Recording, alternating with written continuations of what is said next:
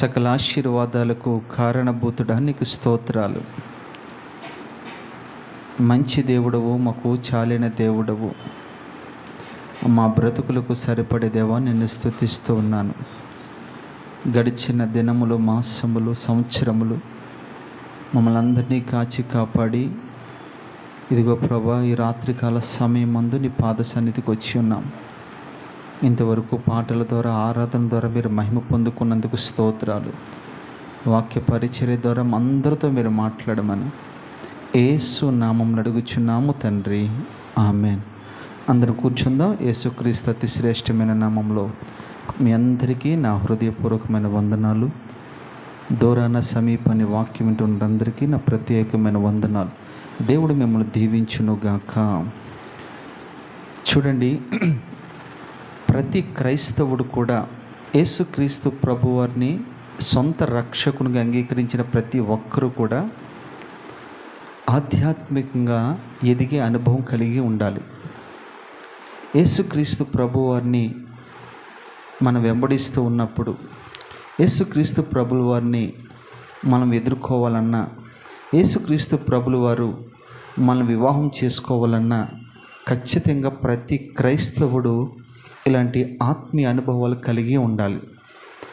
ఏంటి ఈ ఆత్మీయ అనుభవాలు అంటే, మొదటిగా మనం చూస్తే వాక్యంలో మనము ఎదిగే అనుభవం మనకు ఉండాలి. ఆ మాట ఒకసారి చదువుతారా? మొదటి పేతురు పత్రిక 2వ అధ్యాయము 3వ వచనం.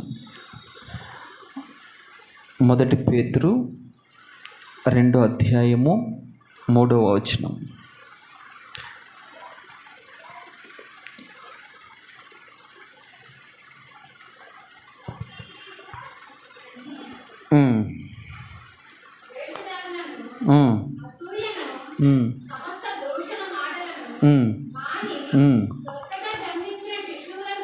క్రొత్తగా జన్మించిన శిష్యులను పోలిన వారై నిర్మలమైన రక్షణ విషయంలో ఎదుగు నిమిత్తము ఆ పాలను అపేక్షించుడు. చాలమ్మా, ఇక్కడ ఎదుగుదల అనే విషయం గురించి మనము ఈరోజు మాట్లాడబోతున్నాం.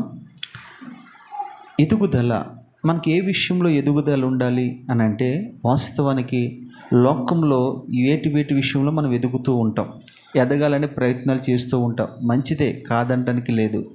అయితే యేసుక్రీస్తు ప్రభువారిని నువ్వు సొంత రక్షకుని అంగీకరించిన తర్వాత మనము ఆధ్యాత్మికంగా కొన్ని విషయాలు మనం ఎదగాలి. ఎదుగుదల లేకపోతే ప్రభు నేను పొరపాటును ఇష్టపడ్డు, ఎదుగుదల లేకపోతే ప్రభు నిన్ను వివాహం చేసుకోడు, ఎదుగుదల లేకపోతే నిన్ను ప్రభు పొరపాటున పరలోక రాజ్యానికి తీసుకువెళ్ళడని ప్రభుపేట మీకు మనవి చేస్తూ ఉన్నాను. మనం అందరూ కూడా ఎదగాలి. దేంట్లో ఎదగాలి అని అంటే, మొట్టమొదటిగా చూస్తే వాక్యంలో మనం ఎదగాలి. వాక్యంలో ఎదగటం అంటే అర్థం ఏంటి అని అంటే, నువ్వు ప్రతిరోజు వాక్యాన్ని చదివేవాడిగా ఉండాలి. అది ప్రతిరోజు కూడా ఏదో 2 అధ్యాయాల, 3 అధ్యాయాల, 5 అధ్యాయాల నీ యొక్క అవకాశాన్ని బట్టి ఖచ్చితంగా ప్రతిరోజు కూడా మనము వాక్యాన్ని ధ్యానించాలి. వాక్యాన్ని ధ్యానించేటప్పుడు దేవుడు నీతో మాట్లాడతాడు. వాక్యాన్ని ధ్యానించినప్పుడు నీ తప్పుదమ్ములేంటో నీకు పరిశుద్ధాత్మ దేవుడు బయలుపరుస్తూ ఉంటాడు. అంతేగాని వాక్యములు ఎదగకుండగా, బైబిల్ చదవకుండగా ఎవరెవరు ఏదేదో ఏ మాటలు చెప్పినా కానీ మనం త్వరగా వినేస్తాం. అదే చదివి ఉంటే ప్రతి దాన్ని మనము ఖండించేవారుగా ఉంటాం. వాక్యములు ఎదిగే అనుభవం మనకు కావాలి. ఎలా ఎదగాలి అని అంటే, చిన్న పిల్లవాడు అప్పుడే ఒక తల్లి ఒక బిడ్డకి జన్మనిచ్చిన తర్వాత ఆ పిల్లవాడు పాల కొరకు అపేక్షిస్తాడట. పాల కొరకు అపేక్షించినట్లుగా మనము కూడా వాక్యం విషయంలో అపేక్షించేవారుగా ఉండాలి. వాక్యం అనే పాలను ప్రతిరోజు అపేక్షించాలి. చిన్న పిల్లవాడు ఏ రీతికైతే పాల కొరకు అనుక్షణము అపేక్షిస్తూ ఉంటాడో, మనము కూడా దేవుడు రాకడ పర్యంతము వరకు కూడా వాక్యాన్ని చదివేవారుగా ఉండాలి, వాక్యాన్ని అపేక్షించేవారుగా ఉండాలి, వాక్యంలో మనం ఎదిగేవారుగా ఉండాలని ప్రభు పేట మీకు మనవి చేస్తూ ఉన్నాను. ఒక రోజున అపోస్తలుడైన పౌలు బెరయ సంఘంలోకి వెళ్ళి వాక్యం బోధించడానికి వెళ్ళినప్పుడు వారు బోధిస్తూ ఉన్నారు. అపోస్తలుడైన పౌలు అనేవారు గొప్ప దైవజనుడు, ప్రపంచ దేశాలు తిరిగి సత్య సువార్తను ప్రకటించే గొప్ప దైవజనుడు. అలాంటి దైవజనుడు ప్రకటిస్తేనే బెరయ సంఘస్థులు ఇలా ఉన్నదో లేదో, ఈయన చెప్పింది కరెక్టో కాదో అన్నట్టుగా వారు చూస్తూ ఉండేవారట. అంటే బెరయ సంఘస్థులు వాక్యంలో ఎంత ఎదిగారో ఆలోచన చేయండి.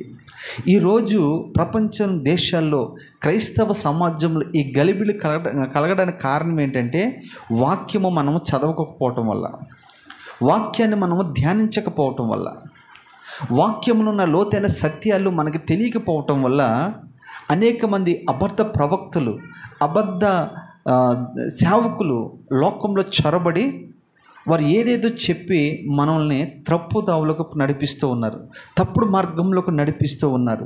కనుక ఈ రోజున ప్రతి సంఘము కూడా వాక్యంలో ఎదగాలి, ప్రతి సంఘము కూడా బెరయ సంఘస్థుల వలె మనం ఉండాలని ప్రభుపేట మీకు మనవి చేస్తూ ఉన్నాను. రెండో అనుభవం ఏంటంటే విశ్వాసంలో మనం ఎదగాలి.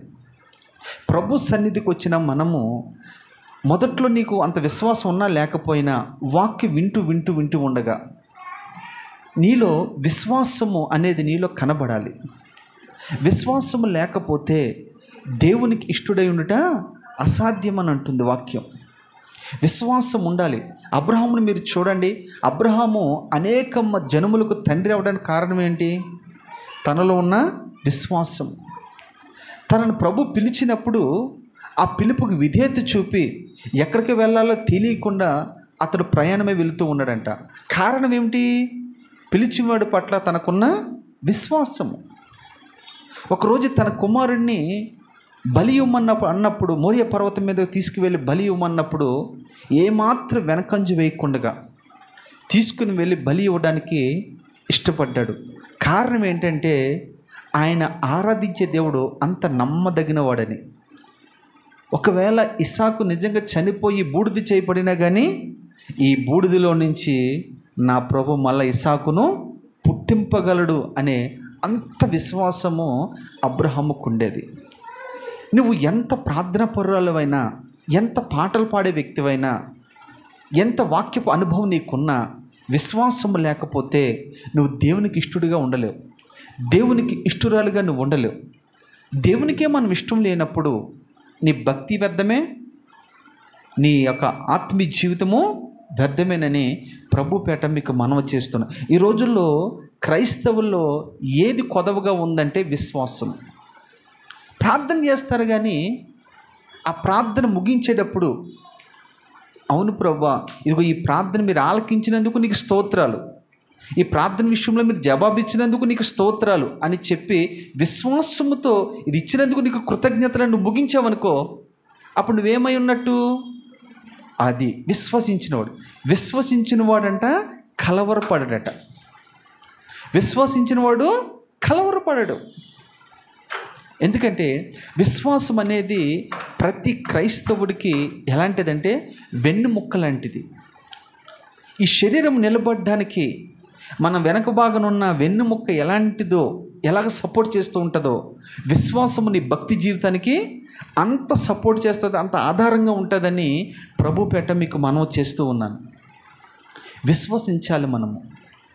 ఎందుకు విశ్వసించాలి అని అంటే యేసుక్రీస్తు ప్రభువు వారు మనల్ని సొంత రక్షకుడిగా నువ్వు అంగీకరించావు కనుక నువ్వు ప్రతి విషయంలో నువ్వు ఏ ప్రార్థన చేయి, ఏ చిన్న ప్రార్థన చేయి, నువ్వు ఎలాంటి ప్రార్థన చేయి, ఎలాంటి సమస్యల గురించి నువ్వు ప్రార్థన చేయి, అవును నా తండ్రి నా ప్రార్థన ఆలకించి అతి త్వరలోనే వీటన్నిటికీ విడుదల ఇస్తున్నాడు, అందుని బట్టి దేవునికి మహిమ కలుగును గాక అన్నట్టుగా నువ్వు అలాగా ముగింపులో ఆ మాటలు మాట్లాడి నువ్వు ముగిస్తే నీ విశ్వాసము నిన్ను ఘనపరుస్తుంది, నీ విశ్వాసము నిన్ను గొప్పదిగా చేస్తుంది.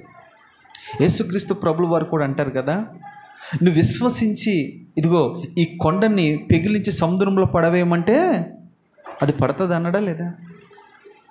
చూడు ఎంత విశ్వాసము వాళ్ళకి ప్రభు నేర్పించాడు. విశ్వాసం లేని మూర్ఖు తరము వారులారా, మీతో నేను ఎందాక ఉండేదను అని ప్రభు చాలా గట్టిగా వాళ్ళకి వార్నింగ్ ఇస్తూ ఉన్నాడు. ఎందుకంటే ప్రభుని వెంబడించడం గొప్పతనం కాదు, ప్రార్థన చేయడం గొప్పతనం కాదు, పాటలు పాడటం గొప్పతనం కాదు. వీటన్నిటితో కూడా విశ్వాసం ముడిపడి ఉండాలి. అంటే విశ్వాసంతో కూడిన ప్రార్థన మనందరికీ ఉండాలి. ఈ వాక్యం వింటున్న ప్రతి ఒక్కరికి ఇది ఉండాలి. విశ్వాసంతో కూడిన ప్రార్థన లేదనుకో, నీ ప్రార్థన వ్యర్థమని ప్రభుపేట మీకు మనవి చేస్తూ ఉన్నాను. ఇలాగే ఒకరోజు ఒక హాస్టల్ వార్డెన్ తన ముందున్న ఒక చిన్న స్థలం వాళ్ళకి ఆడుకోవడానికి లేనప్పుడు వాళ్ళు ఉండే వార్డెన్ హాస్టల్కి ముందు ఒక పెద్ద కొండలు ఉన్నాయంట. అయితే పిల్లలు ఆడుకోవడానికి ఏమాత్రం కూడా స్థలం లేదంట. వాళ్ళు రోజు బాధపడుతున్నారంట, అయ్యా మాకు స్థలం లేదు ఆడుకోవడానికి, సార్ మాకు స్థలం లేదు ఆడుకోవడానికి, ఎలా సార్ అంటే ఆ వార్డెన్ దేవుణ్ణి నమ్ముకున్నవాడట. ఆ వార్డెన్ అన్నాడట, మీరు ప్రార్థన చేయండి అయ్యా, ప్రభు ఇలా చెప్పాడు, మన విశ్వాసంతో ప్రార్థన చేస్తే కొండలు సైతము పెగిలించబడతాయంట అని ఆ చిన్న మాటలు ఆ చిన్న హృదయంలో వేశాడట. ఒక విత్తనం వేశాడు, విశ్వాసం అని విత్తనం వేశాడు. వాళ్ళు ఏం చేశారు, ఆ మాటలు విన్నంటే ఉపవాసముతో ప్రార్థన చేస్తూ దేవుని సన్నిధిలో గడుపుతూ ఉన్నారట. ఉదయాన్నే బ్రేక్ఫాస్ట్ తీసుకొచ్చాడంట. బ్రేక్ఫాస్ట్ తీసుకొచ్చే, అయ్యా ఈరోజు మేము టిఫిన్ తీసుకోము, ఎందుకంటే మీరు విశ్వాసంతో ప్రార్థన చేస్తే కొండలు సైతము పెగిలించబడతాయని మీరు చెప్పారు కదా, అందుకని మేము ఏ టిఫిన్ బ్రేక్ఫాస్ట్ తీసుకోమయ్యా, ఒకరోజు కాదు 2-3 రోజుల వరకు తీసుకోమని చెప్పారంట. అయ్యో ఏదో నేను చెప్పాను కానీ మీరు నిజంగా ఎంత సీరియస్ తీసుకుంటారని అనుకోలేదు అన్నట్టుగా చెప్పినోడు కూడా అంత విశ్వాసం లేదంట. అయితే ఆ బిడ్డలు మీరు అది అవునో కాదో మాకు తెలియదు సార్, మీరు చెప్పారు కాబట్టి మేము ఖచ్చితంగా చేస్తామని వాళ్ళు 4 రోజులు ఉపవాసం ఉండి ప్రార్థన చేసేటప్పుడు 5వ రోజున ఏం జరిగిందో తెలుసా? ఒక ఆర్డర్ ప్రభుత్వం నుంచి వచ్చిందట. వచ్చిన తర్వాత ఆ కొండలన్నీ పెగిలించి రాళ్ళుగా చేసి ఒక దిక్కున బ్రిడ్జి కట్టాలని ఆ ప్రభుత్వానికి ఆదేశము వెళ్ళినప్పుడు ఆ ప్రభుత్వం వారు వచ్చి 2 కొక్లెన్లు తీసుకొచ్చి అదంతా కూడా కొట్టివేసి అది తీసుకెళ్ళి వేరే స్థలంలో బ్రిడ్జి కడుతున్నారట. అది తర్వాత అది సదును భూమిగా అయిన తర్వాత ఫుట్బాల్ ఆడుకోవడానికి పిల్లలకి ఎంతో అనుకూలంగా ఉందంట. కారణం ఏమిటయ్యానంటే వాళ్ళు చేసిన విశ్వాసంతో కూడిన ప్రార్థన ఆ కొండలు సైతం ఏం చేసింది, పెగిలించి వేసింది, సదును భూమిగా మార్చింది. నీకు విశ్వాసంతో నువ్వు ప్రార్థన చేసినప్పుడు పర్వతం లాంటి సమస్యలు కూడా సదును భూమిగా మార్చబడతాయి. రెండో అనుభవం ప్రతి క్రైస్తవుడికి ఏముండదు తెలుసా? విశ్వాసంలో ఎదిగే అనుభవం. మొదటి అనుభవం ఏంటి? వాక్యంలో ఎదిగే అనుభవం ఉండాలి. రెండో అనుభవం ఏంటి? విశ్వాసంలో ఎదిగే అనుభవం ఉండాలి. మూడో అనుభవం ఏంటంటే ప్రకటించే అనుభవం మనకు ఉండాలి. ప్రకటించే అనుభవం మనకు ఉండాలి. నువ్వు ఏ విషయాలైతే దైవజనుడి ద్వారా ప్రభు నీతో మాట్లాడుతున్నాడు ఆ విషయాలన్నీ కూడా నీ హృదయంలో ఉంచుకొని అలాగే ఉంచుకోవడం కాదు. నువ్వేం చేయాలంటే ఏ వాక్యం అయితే నువ్వు విన్నావో ఆ వాక్యము నీ ఇంటి వరకు నువ్వు షేర్ చేయాలి, నీ బంధువులకు అది షేర్ చేయాలి, నీ రక్త సంబంధికులకు అది షేర్ చేయాలి. ఎందుకంటే నువ్వు వాక్యాన్ని ప్రకటించే అనుభవంలో నువ్వు ఎదగాలి. చాలామంది చర్చికి వస్తారు కానీ కనీసం ఇంటి పక్కన ఉన్న వాళ్ళు కూడా సువార్తనే చెప్పరు. దేవుడు నిన్ను ఎందుకు లోకంలో నుంచి, పాపం నుంచి, దుర్నీతి నుంచి, దుష్టత్వం నుంచి విడిపించి సత్తువు గల సంఘంలో నిలబెట్టి మంచి దైవజనుడిని మీకు అనుగ్రహించి ఆది అపోస్తలుల బోధలు మిమ్మల్ని ఎందుకు పెంచుతున్నాడు? ప్రకటించడానికి. యెషయా భక్తుల చేత అదే మాట్లాడతాడు ప్రభు. యెషయా గ్రంథంలో మీరు చూస్తే నేను ఎవరి యొద్దకు వెళ్దును, నన్ను ఎవరు పంపిస్తారు, నా నిమిత్తం ఎవరు వెళ్తారని ప్రభు అక్కడ ఏడుస్తూ మాట్లాడతాడు. ఆ సమయంలో యెషయా ఏమంటాడు? నేనున్నానయ్యా, నన్ను పంపించండి. ఈ రోజుల్లో కూడా ప్రభు నిజంగా ఏడుస్తూ ఉన్నాడు. ఎందుకంటే ఆయన సువార్తను ఎవరు మోసుకు వెళ్తారు? ఆయన సువార్త ఎవరు ప్రకటిస్తారు? ఈ రోజుల్లో ఏం జరుగుతుందంటే సువార్త ప్రకటించబడుతుంది అనేది వాస్తవమే, కానీ అది ఎక్కడ ప్రకటించబడుతుంది, ఎలా ప్రకటించబడుతుంది, ఏ స్థలాల్లో ప్రకటించబడుతుంది అనే ఆలోచన మనం చేస్తే పెద్ద పెద్ద సేవకులండి, పెద్ద పెద్ద సేవకులు, పేరు మోసిన సేవకులు, వారు ఎక్కడ పనిచేస్తూ ఉన్నారంటే కేవలం ఫిలిం సిటీలోనే పనిచేస్తున్నారు. ఇది చాలా బాధాకరమైన విషయం. వాళ్ళకి గొప్ప స్థితి, గొప్ప స్థాయి దేవుడు వారికి అనుగ్రహించాడు.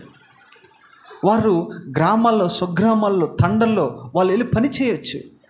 ఒకవేళ వాళ్ళు వెళ్ళకపోయినప్పటికీ కూడా వెళ్ళే వారిని ప్రోత్సహించి వారిని పంపించేవారుగా వీళ్ళు ఉండాలి, కానీ పొరపాటున పని చేయక కేవలం ఫిలిం సిటీలోనే ఎక్కడైతే డబ్బులు బాగా దండుగా వస్తాయో ఆ ప్రాంతాల్లోనే సేవ చేస్తూ ఉన్నారు.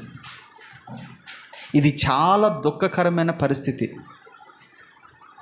మీకు తెలుసో తెలీదో, సిటీ అవుట్స్కట్లోకి వెళ్తే సరైనగా సువార్తను ప్రకటించే వాళ్ళు లేరు. సరైన సంఘాలు లేవు, సరైన బోధ లేదు, సరైన ఉపదేశం లేదు. ఎంతోమంది నశించిపోతూ ఉన్నారు. వాళ్ళందరికీ ఒక రోజున మనము లెక్క చెప్పవలసిన వారుగా ఉన్నాము. యెహెజ్కేలుని ప్రభు ఎండిన లోయలోకి వెళ్ళి ప్రకటించమన్నాడు. ఎక్కడికి వెళ్ళి ప్రకటించమన్నాడు? ఎండిన లోయ. ఆ మాటకున్న అర్థం ఏంటంటే చాలామంది ఆత్మీయతలో ఎండిపోయారు, వాక్యంలో ఎండిపోయారు, విశ్వాసంలో ఎండిపోయారు, నిరీక్షణలో ఎండిపోయారు, ప్రార్థనలో ఎండిపోయారు. అలాంటి వారి దగ్గరికి దేవుని వాక్యం చేత ఎదిగిన మనము వెళ్ళి వారికి ప్రకటించేవారుగా ఉండాలి. ఇంకా బాధాకరమైన విషయం ఏంటంటే కొన్ని పల్లెటూరు ప్రాంతాల్లో మనం చూస్తే చాలా మందిరాలు మూతవేయబడ్డాయి. ఎందుకు? అక్కడ పని చేసిన వాళ్ళు లేరు. సేవకులందరూ ఎక్కడ పని చేస్తున్నారంటే ఎక్కడ బాగా డబ్బులు వస్తాయో అక్కడే పని చేస్తూ ఉన్నారు. ఇది చాలా దుఃఖకరమైన విషయం. ఎండిన ఎముకల లోయలోకి ఎందుకు యెహెజ్కేలు ప్రభు వెళ్ళమన్నాడు తెలుసా? అక్కడికి వెళ్ళి నువ్వు ప్రకటించయ్యా. నువ్వు అక్కడికి వెళ్తే చాలు, నువ్వు ప్రకటిస్తే చాలు, మిగతా విషయం అంతా, మిగతా పని అంతా నేను చేస్తాను. ప్రభు మనం వెళ్ళమన్న అక్కడికి మనం వెళ్ళి ప్రకటించినప్పుడు ఎండిన ఎముకలు సైతము జీవాన్ని పొందుకుంటాయి. మోడుబారిన జీవితాలు చిగురించబడతాయి. చీకటిలో ఉన్న వారందరూ వెలుగులకు నడిపించబడతారు. మారాలంటే బ్రతుకులు మాధుర్యంగా మార్చబడతాయి. ఎందుకంటే ఆయన వాక్యని నువ్వు ప్రకటిస్తున్నావు.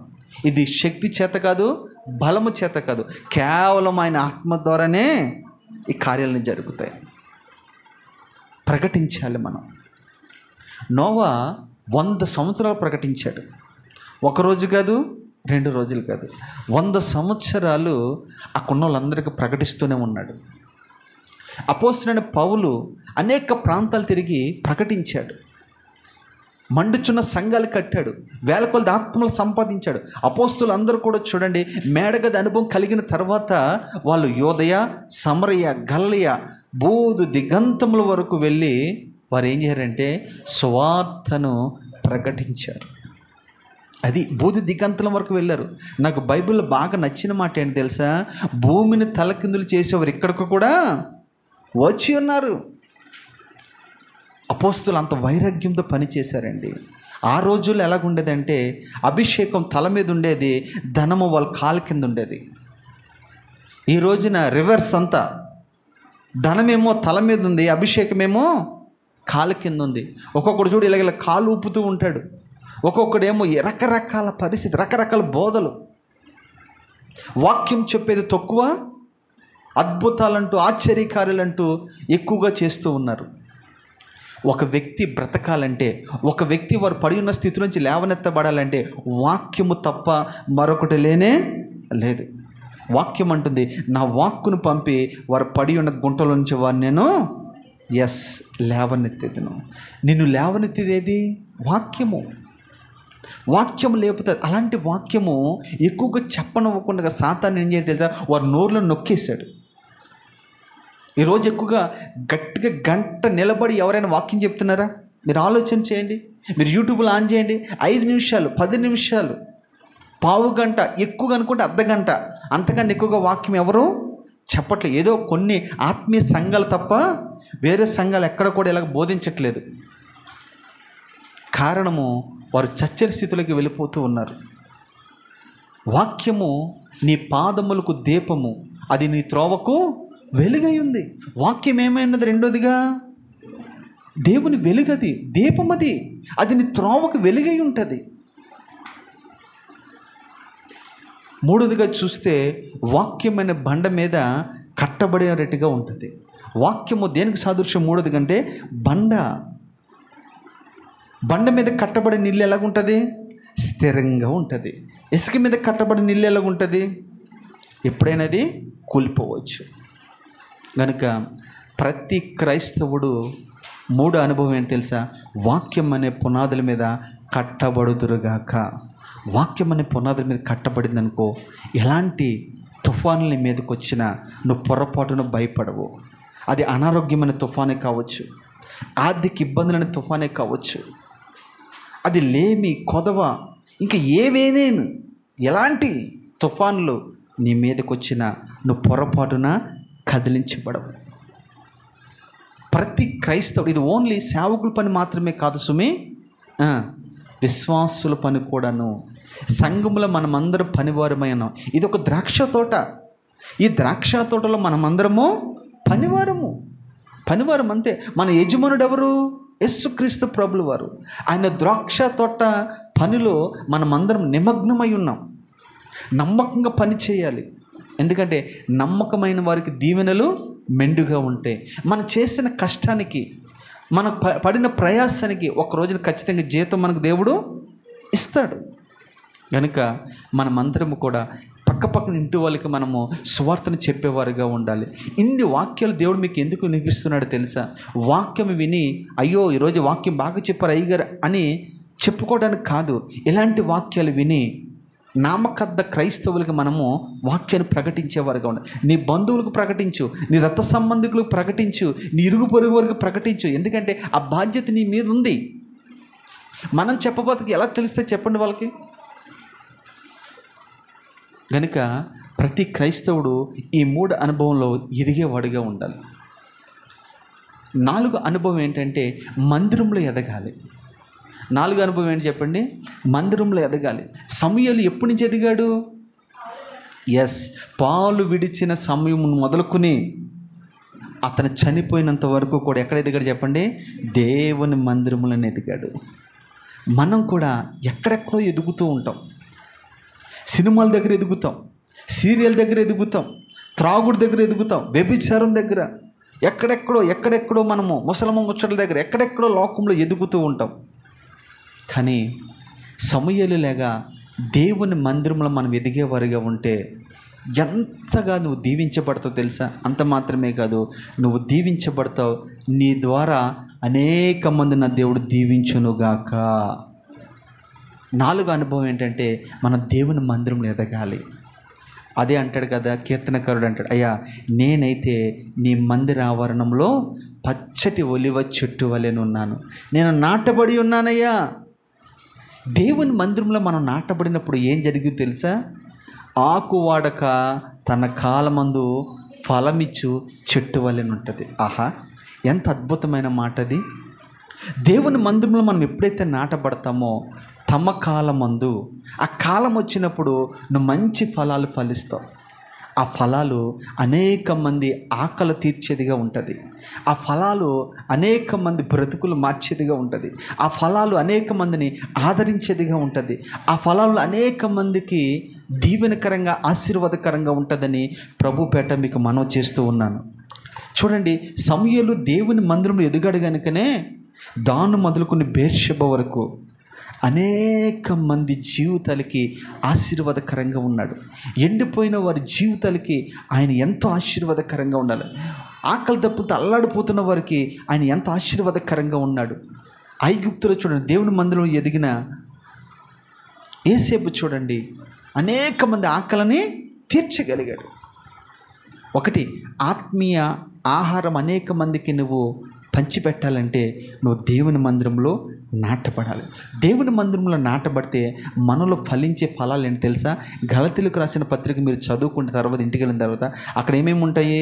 ప్రేమ, సమాధానము, దీర్ఘశాంతము, దయాళత్వము, మంచితనము, విశ్వాసము, సాత్వికము, ఆశా నిగ్రహము. చాలు. చూడండి, ఇవన్నీ కూడా ఈ 9 ఆత్మీయ ఫలాలు మనము ఖచ్చితంగా ఫలిస్తాం.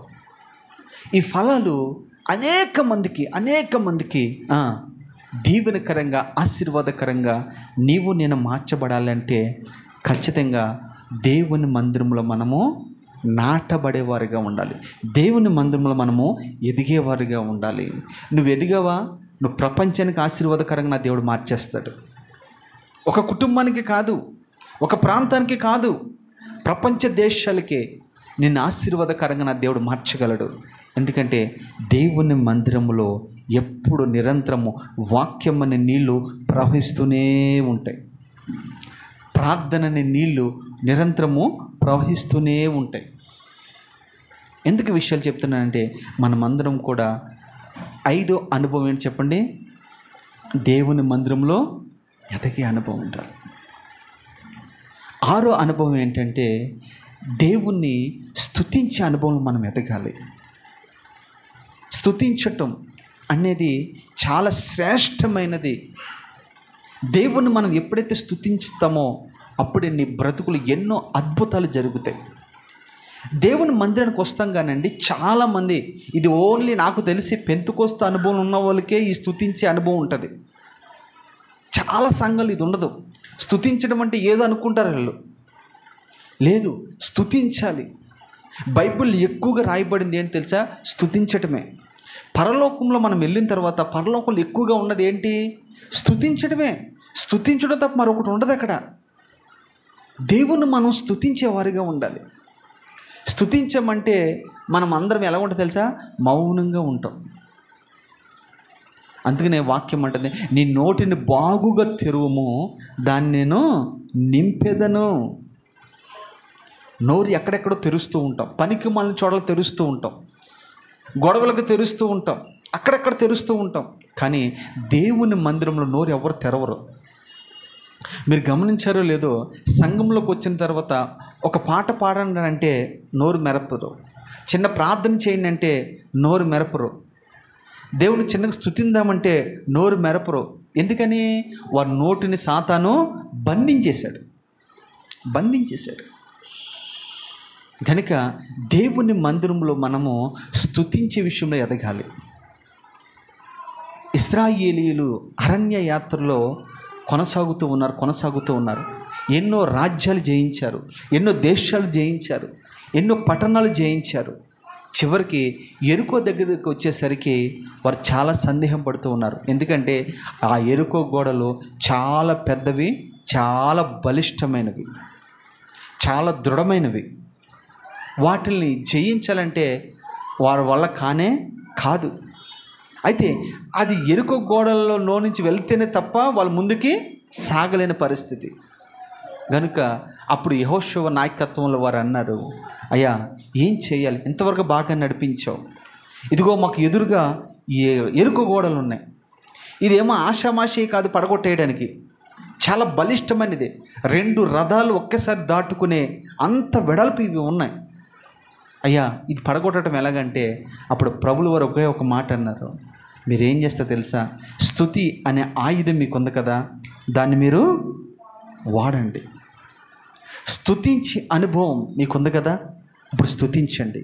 వీళ్ళకి ఈ అనుభవం ఎక్కడి నుంచి వచ్చిందయ్యే వాస్తవానికంటే, మోషే అక్క ఉంది కదా, మిరియామి ప్రవక్తిని కదా, వీళ్ళని అరణ్యయాత్రలు నడిపించినప్పుడు ఆమె స్తుతించడం నేర్పించింది. వీళ్ళకి ఎలా పాటలు పాడాలో నేర్పించింది, ఎలా ఆరాధన చేయాలో నేర్పించింది. వాస్తవం చెప్పాలంటే ఆమె వర్షిప్ లీడర్. మోషే ఏమో నాయకుడు, నడిపించేవాడు.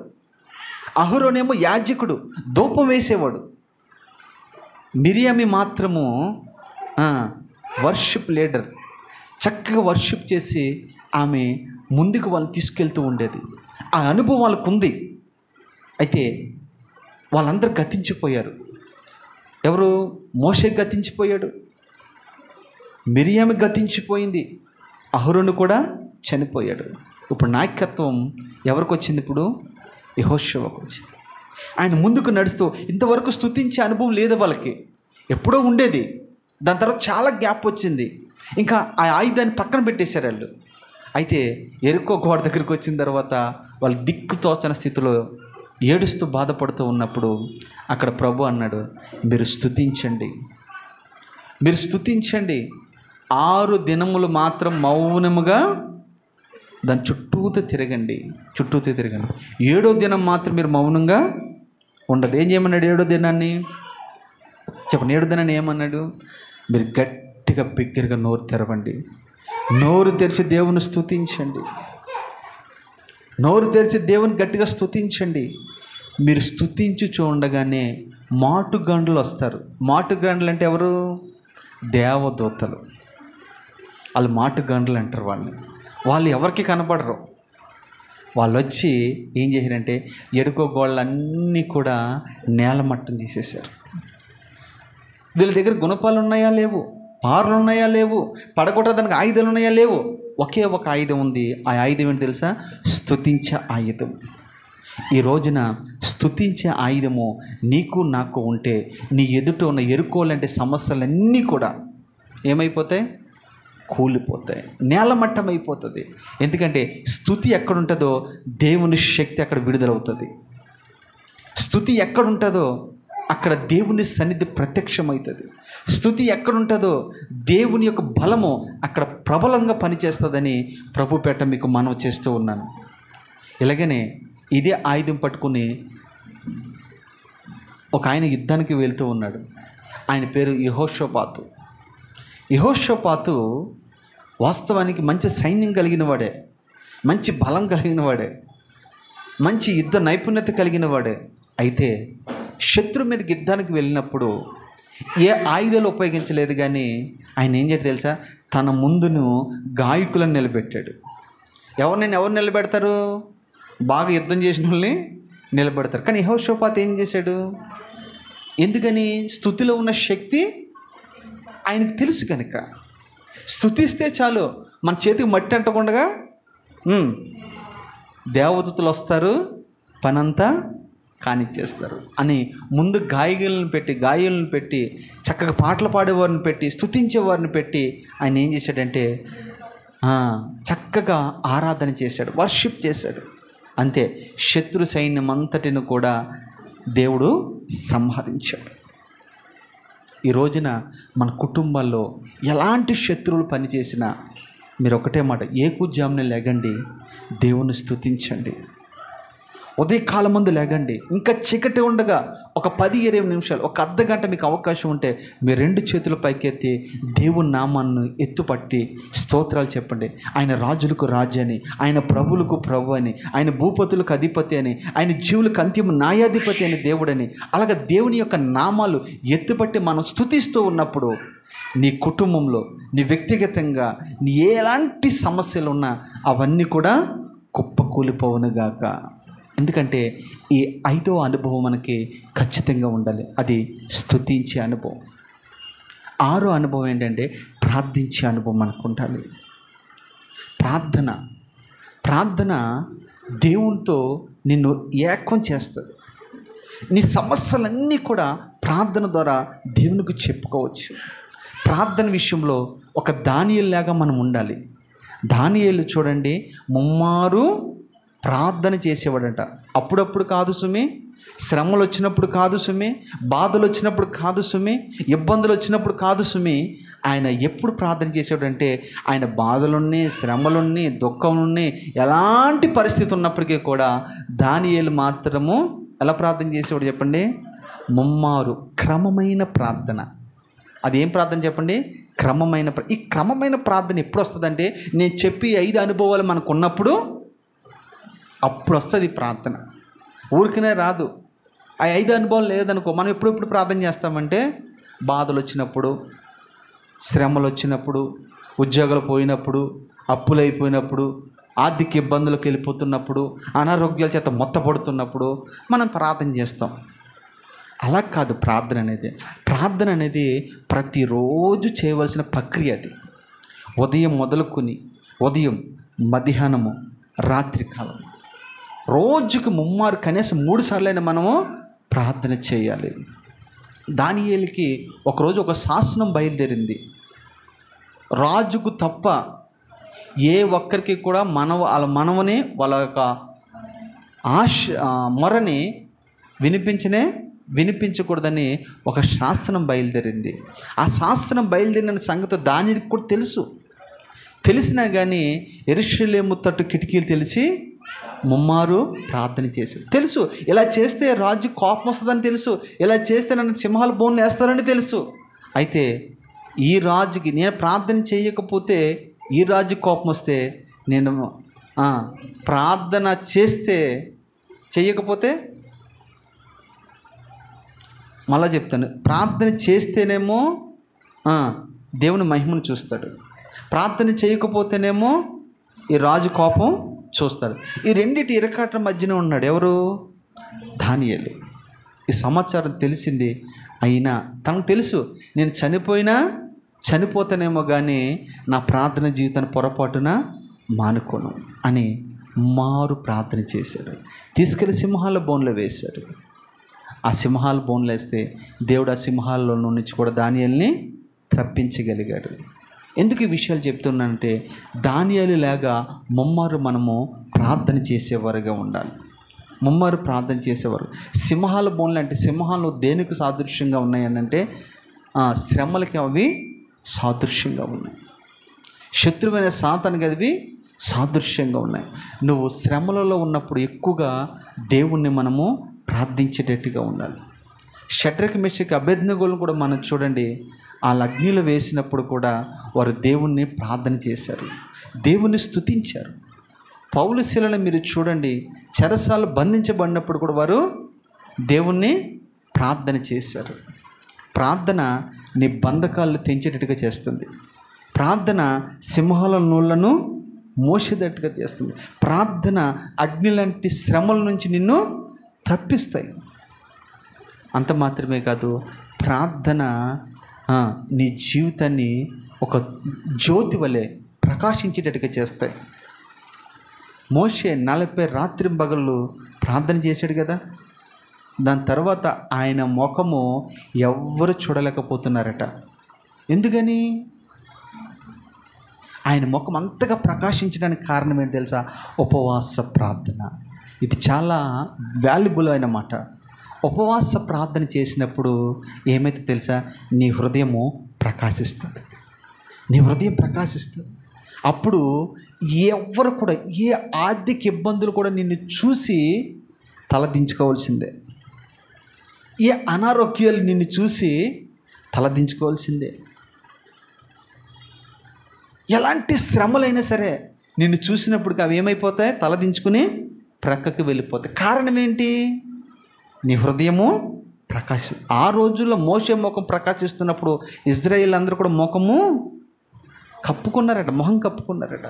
ఇప్పుడు మనము ప్రార్థనలో ఉపవాసంలో గడిపినప్పుడు మనము కూడా అనేక మంది చూసి తలదించుకుని ప్రక్కకి వెళ్ళిపోయేటట్టుగా నా దేవుడు చేయడానికి శక్తిమంతుడు, సమర్థుడై ఉన్నాడు. మనకి ప్రార్థన ఒకటే కాదు కానీ ఉపవాస ప్రార్థన కూడా మనము చేసుకునేవారు. 1 వ్యక్తిగత ప్రార్థన, 2 కుటుంబ ప్రార్థన, 3 ఉపవాస ప్రార్థన, 4 సంఘ ప్రార్థన. మళ్ళా చెప్తున్నాను, మొదటిది వ్యక్తిగత ప్రార్థన, 2 కుటుంబ ప్రార్థన, 3 సంఘ ప్రార్థన, 4 ఉపవాస ప్రార్థన. ఈ 4 అనుభవాలు మనకి ఎప్పుడైతే ఉంటాయో అప్పుడు నువ్వు ఖచ్చితంగా ఆధ్యాత్మికంగా ఎదుగుతావని ప్రభుపేట మీకు మనవి చేస్తాను. 6 విషయాలు నేను మీకు చెప్పాను. మొదటి విషయం ఏంటి? వాక్యంలో ఎదగాలి. 2 విశ్వాసంలో ఎదగాలి. 3 స్తుతించే విషయంలో ఎదగాలి. 4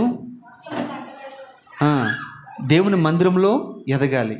5 చెప్పండి, సువార్తను ప్రకటించే విషయంలో ఎదగాలి. 6 స్తుతించే విషయంలో ఎదగాలి. ఈ 6 అనుభవాలు మనకు ఖచ్చితంగా ప్రకటించాలి.